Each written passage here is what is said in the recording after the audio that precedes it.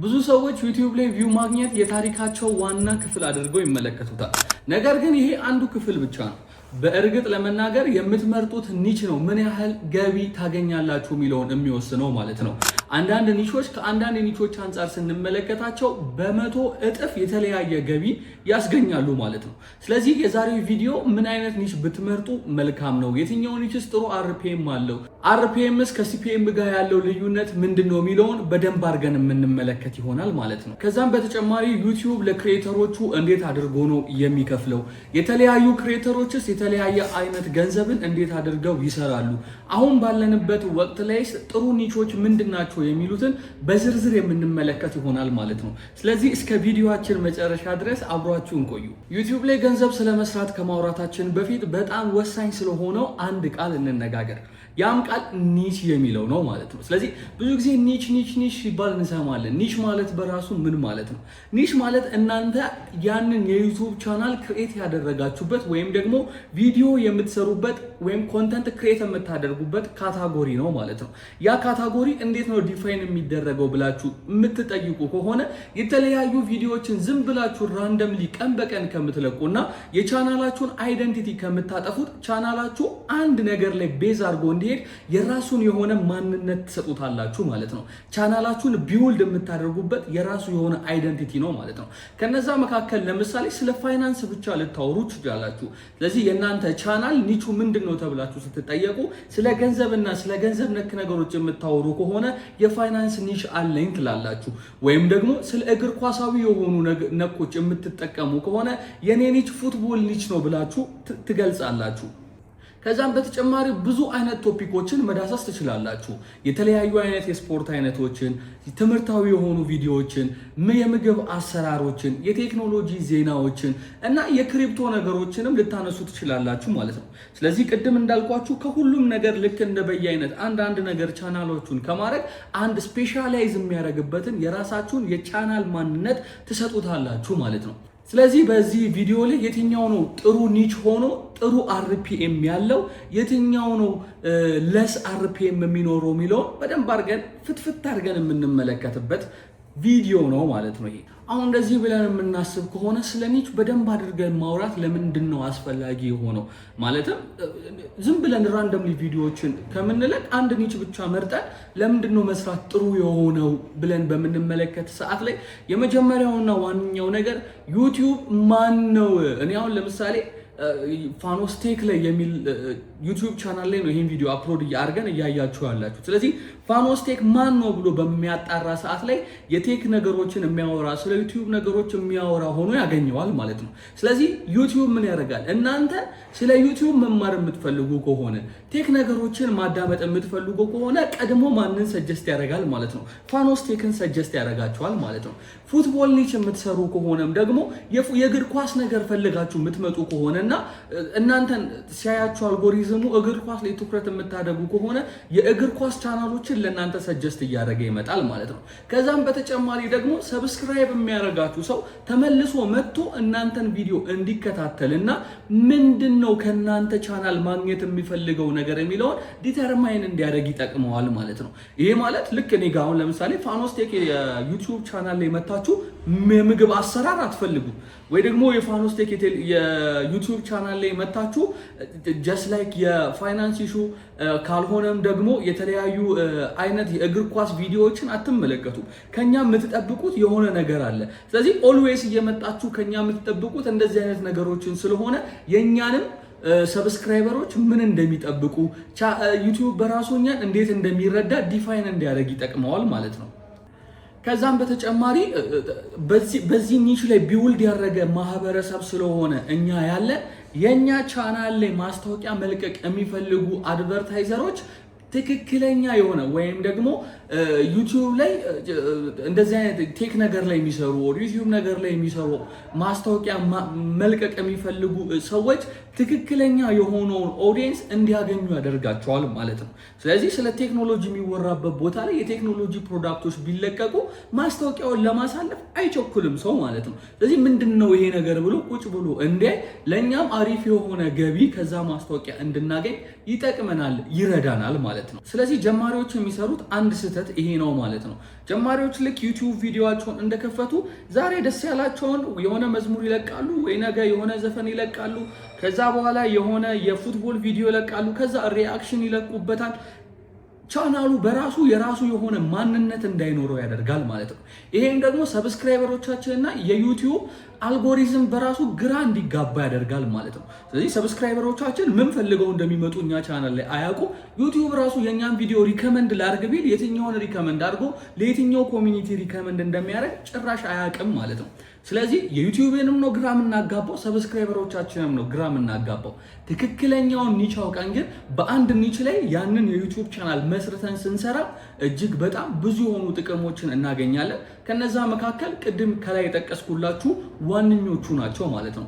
በደንብ ደግሞ ጥሩ የሆነ እይታዎችን ስለምናገኝ ማስታወቂያም ቢመጣ ያ ሰው በዛ እሱ እናንተን ብሎ በመጣው ነገር ላይ ስለሆነ ማስታወቂያዎች ሰጀስት የሚደረጉት ቁጭ ብሎ ያይላችኋል ማለት ነው። የፉትቦል ተመልካች ከሆናችሁና እንዴት ነው የፉትቦል ኪቶች ወይም ደግሞ እግር ኳሳዊ የሆኑ መሳሪያዎችን ለምሳሌ ማሊያዎችን፣ ኮኖችን፣ ኳሶችን ምናምን የሚያስታውቅ ማስታወቂያ ከመጣ ፉትቦል የሚወድ ሰው አያሳልፋቸውም። ቴክኖሎጂ ብሎ የመጣ ሰው ግን ፉትቦል የሆኑ ነገሮችን ሲያ ኢሚዲየትሊ ነው ስክሮል የሚያደርገው። ስለዚህ ገቢዎቻችንን በትልቁ ይነካል ማለት ነው።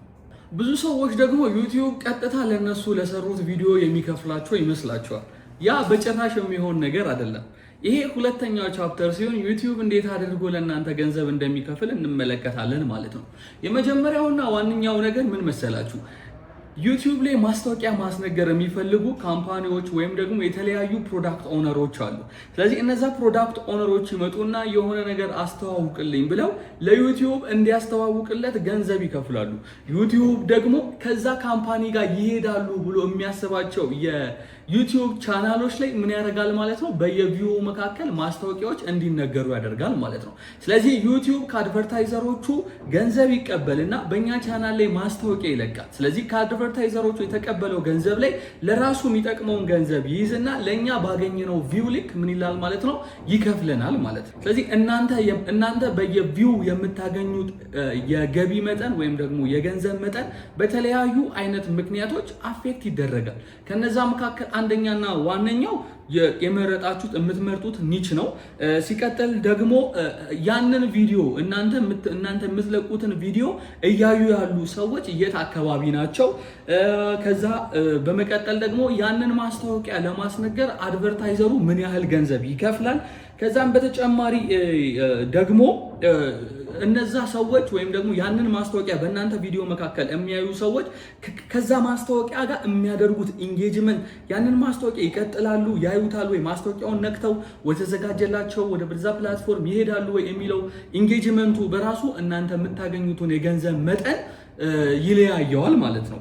ለዛም ነው የተለያዩ አይነት ክሬተሮች ወይም ደግሞ የቪዲዮ ፈጣሪዎች ተመሳሳይ ቪው እያገኙ ግን የተለያየ አይነት ክፍያ የሚከፈላቸው ከነዚህ ነገሮች አንጻር ነው። አሁን ደግሞ አብዛኞቻችን ብዙ ጊዜ ስለምንሰማው አርፒኤም እንመለከታለን ማለት ነው። አርፒኤም ማለት ሲተነተን ሬቬኑ ፐር ማይል የምንለው ነው ማለት ነው። ማይል የምትለዋ ሬቬኖ ታውቃላችሁ። ሬቬኖ ገቢ ነው፣ ገንዘብ ነው። ማይል የምትለው ደግሞ ሪፕሬዘንት የምታደርገው የምትወክለው ኤቭሪ 1000 ቪው ሁሉም በየአንድ 1000 ቪው ያለውን ቁጥሩን ሪፕሬዘንት ያደርጋል ማለት ነው። ስለዚህ በየአንድ 1000 ቪው የምናገኘው ገንዘብ ምን ተብሎ ይጠራል? አርፒኤም ተብሎ ይጠራል ማለት ነው። ስለዚህ አርፒኤም እንዴት ነው ካልኩሌት የሚደረገው ብላችሁ የምትጠይቁ ከሆነ አርፒኤም ካልኩሌት የሚደረገው ቻናላችሁ ያገኘው ገንዘብ ላገኘው ቪው ተካፍሎ በ1000 ሲባዛ አርፒኤማችንን ማግኘት እንችላለን ማለት ነው።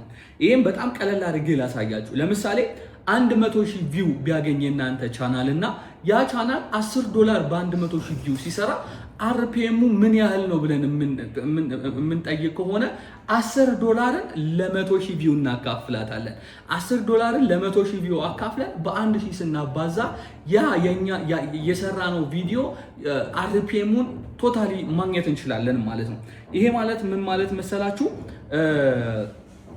$10ን ለ100,000 ስታካፍሉት ኦልሞስት 0.0001 ይመጣል ማለት ነው። ከዛ እሱን ደግሞ በ1000 በምታካፍሉ ሰዓት ላይ ኦልሞስት 3 ዜሮዎችን ወደዚህ ያጠፋና 0.1 ሴንት ይሆናል ማለት ነው። ይሄ ማለት ምን ማለት ነው? ለምታገኙት እያንዳንዱ 1000 ቪው 10 ሳንቲ ዩቲዩብ ከአዱ ይከፍላችኋል ማለት ነው። ስለዚህ 1000 ቪው ስታገኙ በዛ ቪዲዮ ላይ 10 ሳንቲ እያገኛችሁ ትመጣላችሁ ማለት ነው። ይሄ ማለት 100,000 ቪው ብታገኙ $10 ታገኛላችሁ። 1 ሚሊዮን ቪው ብታገኙ $100 ታገኛላችሁ። 100 ሚሊዮን ብታገኙ 1000 እያለ ቢሊዮን ቪው ብታገኙ ደግሞ $10,000 እያለ ይቀጥላል ማለት ነው። ስለዚህ አሁን ይሄ ጥሩ አርፒኤም ኖሮት ትንሽዬ ቪው ቢያገኝና ትንሽዬ አርፒኤም ኖሮት ደግሞ እጅግ በጣም ብዙ ሚሊዮን ቪው ቢያገኝ የተለያየ አይነት ገቢ ያገኛሉ ማለት ነው። ለምሳሌ ክሬተር ኤ እና ክሬተር ቢ ብለን እንከፋፍላቸው። ክሬተር ኤ 100,000 ቪው አገኘ። ክሬተር ቢ ደግሞ 2 ሚሊዮን ቪው አገኘ። የክሬተር ኤ 100,000 ቪው አግኝቶ አርፒኤሙ ግን $20 ነው እንበል። በእያንዳንዱ 1000 ቪው $20 ያገኛል። ክሬተር ቢ ደግሞ 2 ሚሊዮን ቪው ነው ያገኘው፣ ግን በእያንዳንዱ 1000 ቪው አርፒኤሙ $1 ነው እንበል። ስለዚህ ይሄን እርኒንጉን በደንብ አድርገን በምንሰራው ሰዓት ላይ ክሬተር ቢ እጅግ በጣም ብዙ ዶላር ለማግኘት ምን ማድረግ አለበት? በጣም መልፋት አለበት ማለት ነው። ይሄንን በቀላሉ አድርገን እንመልከተው ምን ያህል ገንዘብ ሰሩ የሚለውን ማለት ነው። ስለዚህ ዩቲዩብ ላይ ገንዘብ ማግኘት ጥሩ አርፒኤም ማግኘት ነው ማለት ነው። ጥሩ ገንዘብ ለመስራት ማለት ቅድም እንዳልኳችሁ ነው። ክሬተር ኤ 100,000 ቪው አግኝቶ በ20 አርፒኤም ወደ $2,000 የሚጠጋ ሲከፈለው፣ ክሬተር ቢ ግን ወደ 2 ሚሊዮን ቪው አግኝቶ $2,000 ብቻ ይከፈለዋል ማለት ነው። ስለዚህ ዩቲዩብ ላይ ኦልዌይስ ስማርት የሆኑ ነገሮችን ወይም ደግሞ ስማርት የሆኑ ዌዎችን ነው የምንከተለው ማለት ነው። ይሄ ላይክ ምን ማለት መሰላችሁ? ቪው እንኳን ባይኖረው ቻናላችሁ ጥሩ አርፒኤም የሚኖረው ከሆነ የተሻለ ገንዘብ ከብዙ ቻናሎች መስራት ትችላላችሁ። አሁን ደግሞ በአርፒኤም እና በሲፒኤም መካከል ያለውን ልዩነት በደንብ አድርገን እንመለከታለን። አርፒኤምን ስንመለከተው ሬቬኖ ፐር ማይል ነው። ሲፒኤም ደግሞ ኮስት ፐር ማይል ይሆናል ማለት ነው። ስለዚህ በሁለቱ መካከል ያለው ልዩነት ምን መሰላችሁ? ሬቬኖ ፐር ማይል ሲሆን ለክሪኤተሩ ያ ቪዲዮ ዩቲዩብ የራሱን ሼር ከወሰደ በኋላ በየ1000 ቪው ማለትም አድ እንኳን የማይለቀቅባቸው ቪዎችን ጨምሮ ምን ያህል ገንዘብ ያስገኛል ይሄ ቪዲዮ የሚለውን በየ1000 ቪው የምንለካበት ማይልስቶን ሲሆን፣ ሲፒኤም ደግሞ አድቨርታይዘሩ ለየ1000 ቪው ኢምፕሬሽን ምን ያህል ወጪ ያወጣል የምንለውን የምንለካበት ነው ማለት ነው። ስለዚህ ሲፒኤም ሲሆን አድቨርታይዘሩ ቀጥታ ለዩቲዩብ የሚከፍለውን ኮስት ሜዥር የምናደርግበት ሲሆን፣ አርፒኤሙ ደግሞ ዩቲዩብ የራሱን ሼር ከወሰደ በኋላ ለኮንተንት ክሪኤተሩ ምን ያህል ብር ይከፍላል የሚለውን የምንለካበት ነው። ሲፒኤም ከአድቨርታይዘሩ ወይም ደግሞ ማስታወቂያ ከሚያስነግረው ሰው ሳይድ ሲሆን፣ አርፒኤም ደግሞ ከኛ ወይም ደግሞ ከኮንተንት ክሪኤተሮች ሳይድ ይሆናል ማለት ነው። በዚህኛው ቻፕተር ደግሞ የተለያዩ ኒቾች የተለያየ አይነት የገንዘብ አማውንት ለምንድን ነው የሚያመጡት ብለን እንመለከታለን። ተመልከቱ፣ እያንዳንዱ ማስታወቂያ ዩቲዩብ ላይ የሚያስለቅቅ ግለሰብ ሁሉንም ቪዎች እኩል አይመለከታቸውም። ለምሳሌ አንድ ባንክ ማስታወቂያ ማስነገር ቢፈልግና ጥሩ የሆነ ብር ዲፖዚት ማድረግ የሚችል ከስተመር ጋር ነው መሄድ የሚፈልገው። ለምሳሌ እናንተ ምንም ብር የላችሁም፣ ምንም ዲፖዚት አታደርጉም። ስለዚህ የት ቦታ ላይ ነው ያላችሁት ብለን እንጥራ። ለምሳሌ ኢንተርቴንመንት ወይም ደግሞ የፉትቦል ኮንተንት እያያችሁ ነው የምትውሉት። ያ የፉትቦል ኮንተንት ወይም ደግሞ ኢንተርቴንመንት እጅግ በጣም ብዙ ሰዎችን አትራክት ያደርጋል። ብዙ ሰዎች ከስራቸው ጎን ለጎን ለመዝናናት እና የተለያዩ አይነት ነገሮችን ለማግኘት ኢንተርቴንመንት ኒቾች ላይ ይመጣሉ፣ ቪዲዮዎችን ያያሉ። እጅግ በጣም ብዙ ቪው ያገኛሉ። ስለዚህ አንድ ባንክ ግን ምንድነው የሚፈልገው? ዲፖዚት የሚያደርግለትን ሰው ነው የሚፈልገው። መጥቶ ገንዘቡን የሚያስቀምጥበት መጥቶ ገንዘቡን አምኖ የሚሰጠውን ሰው ነው የሚፈልገው። ስለዚህ ያ ባንክ ምንድነው የሚያደርገው? ፋይናንስ ኒች ላይ የሚሰሩ ሰዎችን ነው የሚፈልገው። ወይም ደግሞ ፋይናንስ ኒች ላይ ተሰማርተው ያሉ ፋይናንስ የሚያዩ ሰዎች የተሰባሰቡበት፣ ስለ ገንዘብ የሚወራበት፣ ስለ ገንዘብ ብዙ ጊዜ እንደ ኢሹ የሚነሳበትን ቻናል ነው የሚፈልገው። ኦብቪየስሊ ምንድነው የሚያደርገው? ይሄድና ፋይናንስ ኒች ለሚሰራው ሰውዬ ብዙ ቪው እንኳን ባያገኝ ፖቴንሻል የሆነ ከስተመር እዛ ቦታ ላይ ስለሚያገኝ ይሄድና ምን ያደርጋል ማለት ነው? ገንዘቡን ይከፍላል፣ አስተዋውቅልኝ ብሎ ማለት ነው። ስለዚህ ዩቲዩብ ምን ያደርጋል? ፖቴንሻል የሆኑ ከስተመሮች ፋይናንስ ኒች የሚሰሙ ጋር ያለው ብሎ የዛን ባንክ ማስታወቂያ ፋይናንስ ኒች ላይ ለሚሰሩ ሰዎች ይከፍላቸዋል ማለት ነው። ስለዚህ ኢንተርቴንመንት ላይ ምንም ያህል ብዙ ቪው ቢኖርም ግን ፖቴንሻል ገንዘብ ኖሮት ዩቲዩብ ላይ የሚያስቀምጥ ሰው ስለሌለ ምንድነው የሚያደርገው? ያነዛን ቻናሎች ይዘሉታል ማለት ነው። ስለዚህ ምንም ያህል ሚሊየን ቪው ቢኖራችሁም እንኳን በጣም ጥቂት የሆኑ ድርጅቶች አሊያም ደግሞ ብዙ የማይከፍሉ ድርጅቶች ነው እዛ የሚሰሩ ወይም ፉትቦል ኒች ወይም ኢንተርቴንመንት ኒች ወይም ቫይራል የሚወጡ ክሊፖች ላይ ኢንቨስት የሚያደርጉት ማለት ነው። ግን የቴክኖሎጂ ተቋማትን ተመልከቱ። አዳዲስ ፕሮዳክቶችን ሲያወጡ ወይም ደግሞ አዳዲስ የሆኑ የቴክኖሎጂካል ፕሮዳክቶችን በሚያወጡና በሚያስተዋውቁ ሰዓት ላይ ቴክነክ የሆኑ ኒሾች ላይ ነው መጥተው ኢንቨስት የሚያደርጉት ማለት ነው። እነዛ ሰዎች የተሻለ ገቢ ከኛ አንጻር የሚያገኙ ይሆናል ማለት ነው። በዚህኛው ቻፕተራችን ደግሞ በደንብ አድርገን የምንመለከተው አሁን ላይ ብንሰራቸው ጥሩ የሆኑ ቶፕ 10 ኒሾችን ነው ማለት ነው። ስለዚህ ቶፕ 10 ኒሾችን ስንመርጥ በዛን ኒሾች መካከል ላይ እነማን ናቸው ማስታወቂያዎችን እነዛን ኒሾች ላይ ማስነገር የሚፈልጉት የሚለውንም አብረን የምንመለከት ይሆናል ማለት ነው። የመጀመሪያውና ዋነኛው አላችሁ ከ10ኛው እንጀምር። 10ኛ ላይ ያለ ወይም ደግሞ 10ኛ ላይ ያስቀመጥኩት ኒች የኢንተርቴንመንት ኒች ነው። እዚህ የኢንተርቴንመንት ኒች ላይ እጅግ በጣም በብዙ ሚሊዮን የሚቆጠሩ ሰዎች የሚገኙበት፣ በጣም በሚሊዮን የሚቆጠር ቪው የሚገኝበት ምርጥ ኒች ሲሆን እዚህ ኒች ላይ ግን የተለያዩ አይነት አድቨርታይዘሮች መጥተው ማስታወቂያዎችን ማስነገር ይፈልጋሉ። ማስታወቂያዎችን ማስነገር ሲፈልጉ ግን እንደ ሌሎቹ ኒቾች እጅግ በጣም የበዛ ክፍያን መክፈል አይፈልጉም። ትንሽ አማውንት ኦፍ ክፍያ ከፍለው ብዙ ቪው ላይ ነው መግባት የሚፈልጉት። ምክንያቱም እነዚህ ኒቾች ቫይራል ከመውጣታቸው የተነሳ ከዛ ቪዲዮ ጋር ኢንተራክት የሚያደርጉ ሰዎች ምን ለመግዛት አስበዋል፣ ፕላናቸው ምንድን ነው፣ ምንስ ፈልገው ነው የመጡት የሚለውን ነገሮች ስለማያውቁ ትክክለኛ የሆነ ከስተመሮች ወይም ትክክለኛ የሆኑ ደንበኞችን ከነዛ ቪዲዮዎች ላይ እናገኛለን ብለው አያስቡም። ስለዚህ አነስተኛ የሆነ ክፍያ ፐር 1000 ይከፍላሉ ማለት ነው። ምን አይነት ካምፓኒዎች ናቸው እንደነዚህ አይነት ቪዲዮዎች ላይ ማስታወቂያዎችን ማስነገር የሚፈልጉት ብለን ስንመለከት የመጀመሪያውና ዋነኛው የልብስ ካምፓኒዎች ወይም ደግሞ ልብስ ብራንድ ላይ የሚሰሩ ድርጅቶች፣ ጌሞች የሚሰሩ ወይም ደግሞ የተለያዩ ጌሞችን የሚሰሩ ድርጅቶች፣ ደግሞ የተለያዩ የምግብና የመጠጥ ላይ የተሰማሩ ካምፓኒዎች፣ ጊፍት ላይ የስጦታ ፕሮዳክቶች ላይ የተሰማሩ ካምፓኒዎች በጣም ብዙ ሰው ጋር ይደርሳሉ። ከዛ መካከል ደግሞ ጥቂት የሆነ ሰው እናገኛለን ብለው ያስባሉ። ስለዚህ በሚሊዮን የሚቆጠሩ ቪዎችን ይሰራሉ፣ ጥቂት የሚባል ሎያል ከስተመር ያገኛሉ። ለኛ ግን ትንሽ የሚባል ክፍያ ይከፍላሉ ማለት ነው። የዚህ ኒች በጣም ጥሩ ጎኑ ምንድነው ብላችሁ የምትጠይቁ ከሆነ ቪዲዮዎቻችሁ በጣም ቫይራል ይወጣሉ።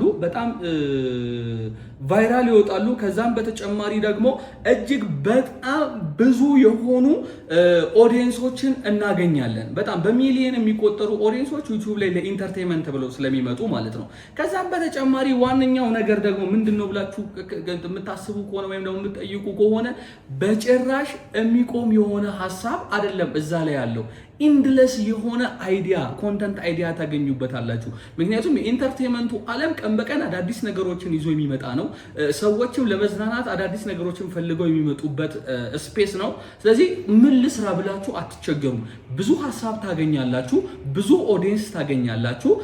ከዛም በተጨማሪ ደግሞ ብዙ የሆኑ የኮንተንት አይዲያዎች ይመጣላችኋል ማለት ነው። ጉዳቱ ደግሞ ምንድነው ብላችሁ በምትጠይቁ ሰዓት ላይ የተወሰነ አማውንት ኦፍ ዶላር ለመስራት እጅግ በጣም በብዙ ሚሊዮን የሚቆጠር ቪው ማግኘት ሊጠበቅባችሁ ይችላል ማለት ነው። ስለዚህ ትንሽ የሆነ አርፒኤም ስለሆነ ያለው አድቨርታይዘሩ ብዙ ስለማይከፍል ትንሽ አርፒኤም ስላለው የተሻለ ገንዘብ ለማግኘት ሜቢ $100-200 ወይም ዩሮ ለመስራት ኢን ሚሊየንስ የሚቆጠር ቪዎች ከእናንተ ቻናል ሊጠበቅባችሁ ይችላል። 9ኛ ላይ ያስቀመጥነው ደግሞ የፉትቦል ኮንተንት ነው። ፉትቦል እንደምታውቁት በቢሊየን የሚቆጠር ኦዲየንስ ያለው እጅግ በጣም ብዙ ቪዎችን በጥቂት ቪዲዮዎች ማግኘት የምትችሉበት ምርጥ ኒች ነው።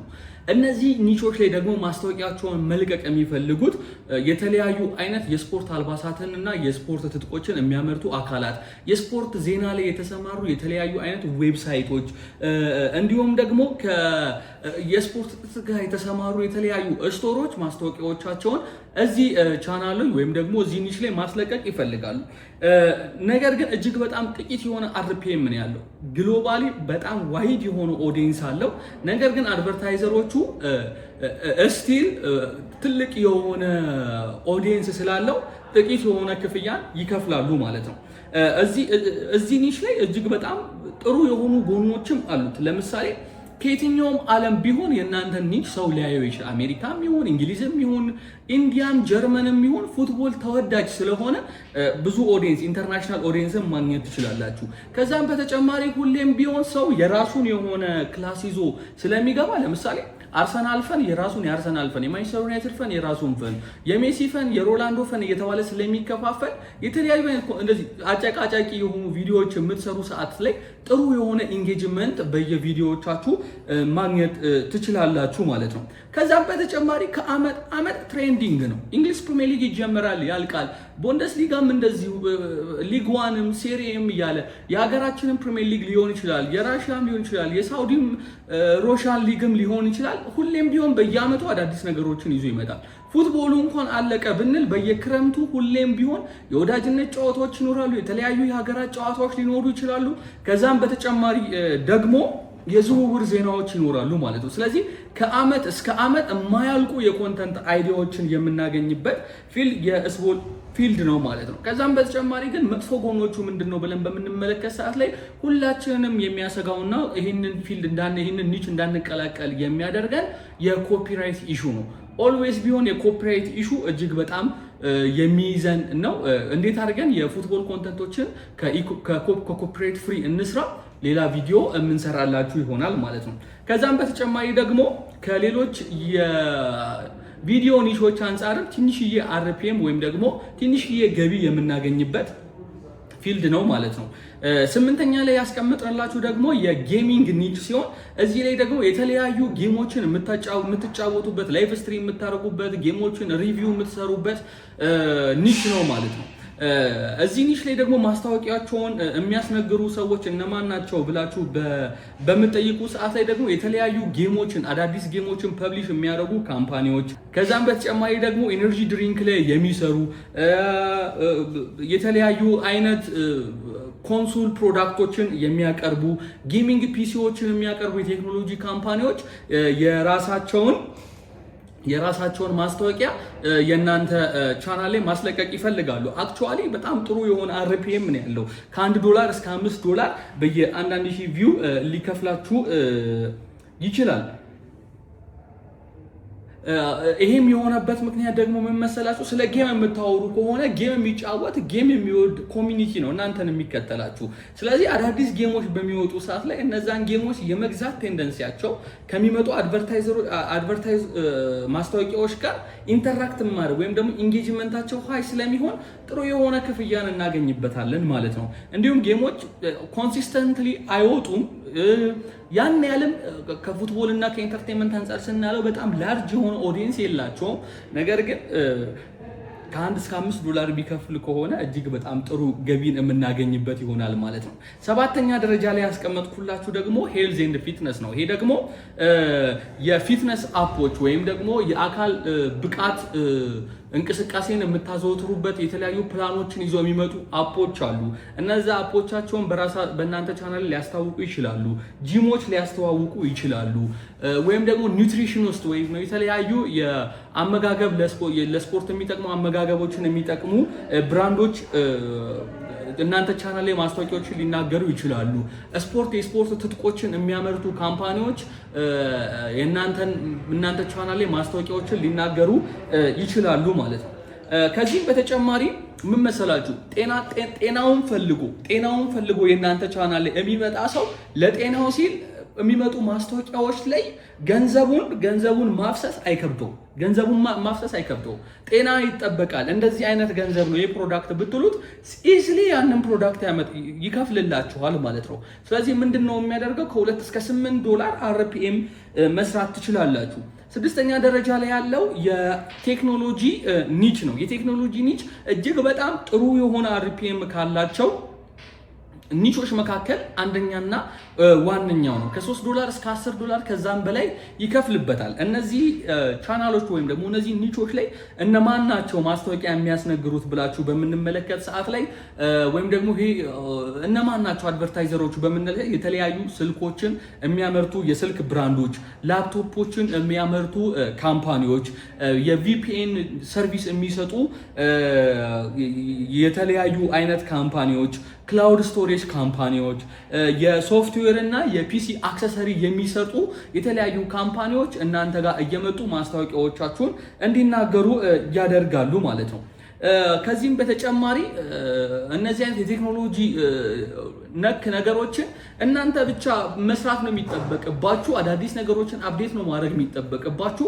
የተለያዩ ሰዎች የቴክኖሎጂ ፕሮዳክቶችን ስለሚፈልጉ ለችግሮቻቸው መፍትሄ ስለሚፈልጉ እናንተ ጋር መምጣታቸው አይቀርም። እናንተ ጋር መጥተው ባይመጡ እንኳን ሰርች አድርገው ያንን ፕሮዳክት ሰርች ስለሚያደርጉት የእናንተን ቻናል ዩቲዩብ ሰጀስት የሚያደርጉ ነገር በጣም አሪፍ ነው ማለት ነው። እራሳቸው ሰርች አድርገውም ስለሚመጡና በተለያዩ ጊዜ አዳዲስ ነገሮችን ሰው ከቴክኖሎጂ ጋር ስለሚፈልግ እቃዎችን የመግዛት ቴንደንሲው በጣም ሃይ ነው ማለት ነው። ስለዚህ እቃዎችን የሚገዛ ከሆነና ከናንተ ቪዲዮ ላይ ከሚመጡ አድቨርታይዞች ጋር ኢንተራክት የሚያደርግ ከሆነ ኢንጌጅመንት የሚኖረው ከሆነ የተሻለም ክፍያ እያገኘን እንሄዳለን ማለት ነው።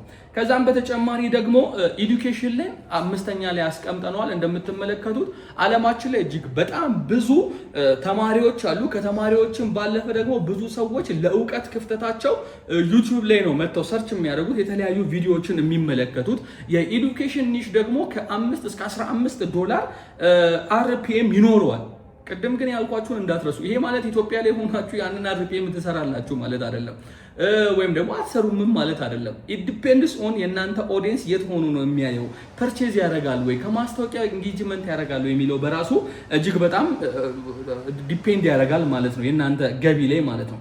ስለዚህ ኤዱኬሽን ኤሪያ ላይ እነማን ናቸው መጥቶ ማስታወቂያ ማስነገር የሚፈልጉት ካላችሁ ደግሞ ኦንላይን ላይ ኮርስ የሚሰጡ ፕላትፎርሞች ይኖራሉ። የተለያዩ አይነት ዩኒቨርሲቲዎች ተማሪዎች የሚፈልጉ ዩኒቨርሲቲዎች፣ ቋንቋ የሚያስተምሩ አፖች፣ ከዛም በተጨማሪ ደግሞ በክፍያ የኮዲንግ እና የተለያዩ አይነት የኤአይ ስልጠናዎች የሚያዘጋጁ ቡት ካምፕ የሚያዘጋጁ ሰዎች፣ ከዛም በተጨማሪ ደግሞ ትምህርታዊ የሆኑ ሶፍትዌሮችን የሚያበለጽጉ ካምፓኒዎች የእናንተን ቻናል እጅግ በጣም ፈልገው መጥተው ማስታወቂያ እንዲነገርበት ይፈልጋሉ ማለት ነው። ከዛም በተጨማሪ ደግሞ ሰዎች ሁሌም ቢሆን ስኪላቸውን አፕዴት ማድረግ ስለሚፈልጉና ለጥያቄዎቻቸው መልስ ስለሚፈልጉ ራሳቸው ምን ያደርጋሉ? ቻናሎቹን ሰርች አድርገው ሊያገኙ ይፈልጋሉ። ከዛም በተጨማሪ ደግሞ ለስኪሎቻቸው የሚያሳድጉበትና ጥሩ ጥቅም የሚያገኙበት መስሎ እስከታያቸው ድረስ የእናንተ ቻናል ላይ የሚመጡ ማስታወቂያዎች ጋር ኢንጌጅመንት ፈጥረው ፕሮዳክቶቹን የሚገዙበት ቴንደንሲ ሃይ ስለሚሆን ድርጅቱም ለእናንተ ጥሩ ይከፍላችኋል ማለት ነው። በአራተኛ ደረጃ ላይ ስለ አርቲፊሻል ኢንተለጀንስ የሚያወሩ ቻናሎች እጅግ በጣም ጥሩ RPM አላቸው። ኢቭን ኢፍ እስከ $30 ኤክስቴንድ ያደርጋል በየአንዳንድ ሺህ ቪው ማለት ነው። አራተኛ ላይ ደግሞ ስለ አርቲፊሻል ኢንተለጀንስ የሚያወሩ ቻናሎች ናቸው። ስለ AI ራይቲንግ ቱሎች ሊሆኑ ይችላሉ። ስለ ቪዲዮ ጀነሬተር ሊሆኑ ይችላሉ። ኢሜጅ ሊሆኑ ይችላሉ። አውቶሜሽን ላይ የሚሰሩ ሶፍትዌሮች ሊሆኑ ይችላሉ። ቢዝነሶች ላይ ስለሚጠቅሙ AIዎች ሊሆኑ ይችላሉ።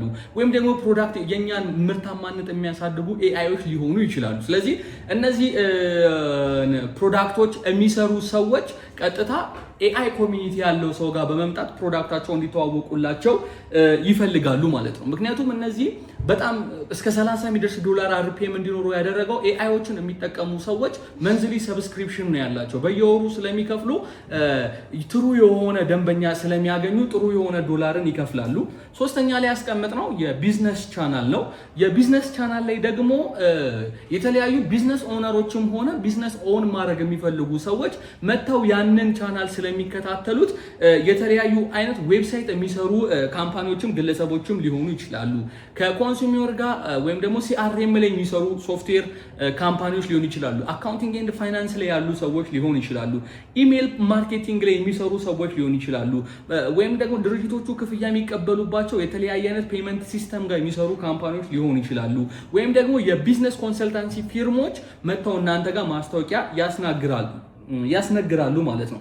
የቢዝነስ ኦነሮቹም ትልልቅ የሆኑ ገንዘቦችን ኢንቨስት አድርገው ስለሆኑ የሚገበላቸው ቢዝነሶቻቸውን ሊያሻሽሉ የሚችሉ ቱሎች ላይ ኢንቨስት ማድረግ ስለሚፈልጉ ከእናንተ ጋር ቪዲዮ ላይ የሚመጡ ነገሮች ላይ ኢንተራክሽናቸው ጥሩ ይሆናል ማለት ነው። ሁለተኛ ላይ ደግሞ የኢንቨስትመንት ቻናል ወይም ኢንቨስትመንት ኒሾችን የመረጥ ነው። ታይፒካሊ ከ20 እስከ 60 ዶላር አርፒኤም ሊኖራቸው ይችላል ማለት ነው። እነዚህ ደግሞ የኢንቨስትመንት ፕላትፎርሞች፣ የስቶክ ማርኬት ላይ የሚሰሩ ብሮከሮች፣ ፋይናንሻል ሰርቪስ የሚሰጡ ወይም ደግሞ ፖርትፎሊዮ ማኔጅመንት ላይ የሚሰሩ አፖች፣ ከዛም በተጨማሪ ደግሞ ሀብታቻችሁን የምትቆጣጠሩበት ፕላትፎርም የሚሰሩ ሰዎች እናንተ ጋር መጥተው ማስታወቂያ ያስነግራሉ ማለት ነው። እጅግ በጣም ለስ የሆነ ቪው ነው የምታገኙበት። ቢዝነስ ኦነሮች ነው ከእናንተ ጋር ኢንተራክት የሚያደርጉት። ነገር ግን በእያንዳንዷ ጥቂት ቪው ላርጅ አማውንት ኦፍ አርፒኤም ታገኛላችሁ ማለት ነው። የመጀመሪያው ላይ ደግሞ ያስቀመጥነው ፐርሰናል ፋይናንስ ነው። ታውቃላችሁ ሰዎች የሚያገኙትን ገንዘብ ምን ላይ ኢንቨስት እናድርግ ብለው ያስባሉ።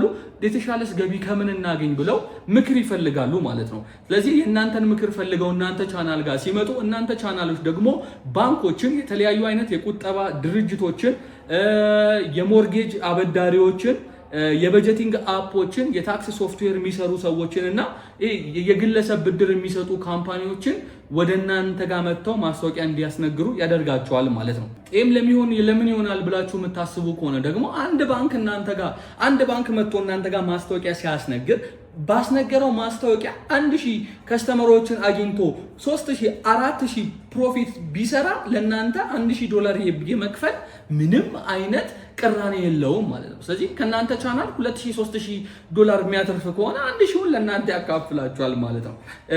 ጥቅሙ ደግሞ ምንድን ነው የዚህ ቻናል ብላችሁ የምትጠይቁ ከሆነ ደግሞ በጣም ትልቅ የሆነ ሪንግ ፖቴንሻል አለው። እስከ $80-60 በ1000 ቪው መስራት ትችላላችሁ።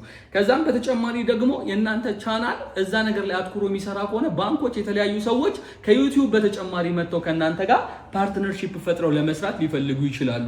ከዛም በተጨማሪ ደግሞ አፊሊየት ማርኬቲንግ ውስጥም ልትገቡ ትችላላችሁ። ይሄ ማለት እናንተ ባመጣችሁት ሰው ልክ ከድርጅቱ ጋር በምትፈጥሩት ዲል የተለያዩ ገንዘቦችን ልታገኙ ትችላላችሁ። ጉዳቱ ደግሞ እዚህ ኒሽ ላይ እንግባ ካላችሁ ሰው እናንተን እንዲሰማ እናንተን ማመን አለበት። በጣም ትልቅ የሆነ ክሬዲቢሊቲን ይፈልጋል፣ ታማኝነታችሁን ይፈልጋል። ብዙ ሰዎችም ብዙ ድርጅቶችም ደግሞ እዚህ ኒሽ ላይ ተሰባስበው መስራት ይፈልጋሉ ማለት ነው። ስለዚህ በዚህ ቻፕተር ላይ ያየነው ምንድነው? ጥሩ የሆኑ ደንበኞችን ከእናንተ ቻናል ማግኘት የሚፈልጉ ከሆነ ማስታወቂያ የሚያስነግሩ ሰዎች ምንም ያህል ብር ቢከፍሉ ችግር እንደሌለባቸው በጣም ተናግረናል ማለት ነው። ስለዚህ ቤስት ኒች የምንለው ጥሩ አርፒኤም አለው ስንል ነው ማለት ነው። አሁን ደግሞ ሰባተኛ ቶፒካችን ላይ ደርሰናል ማለት ነው። ሰባተኛ ቶፒካችን የሚሆነው ደግሞ የትኛውን እንምረጥ? ሃይ አርፒኤም ያለውን እንምረጥ ወይስ ደግሞ ሃይ ቪው የሚያገኙትን እንምረጥ? የትኛውን ብንመርጥ ነው የተሻለ የሚሆነውን እንመለከታለን። አክቹአሊ ይሄ ነገር ዲፔንድ የሚሆነው በእናንተ ፍላጎት ላይ ነው። እናንተ ቻናሎቻችሁ በጣም ብዙ ሚሊየን ሰብስክራይበር እንዲያገኙና ኦዲየንስ ላይ መስራት የምትፈልጉ ከሆነ ኢንተርቴንመንት የፉትቦል ቻናሎችን መርጣችሁ ኦዲየንሳችሁን ማሳደግና ባገኛችሁት ሚሊየንስ ቪው የተወሰነች ያህል ክፍያ ማግኘትና መስራት ትችላላችሁ።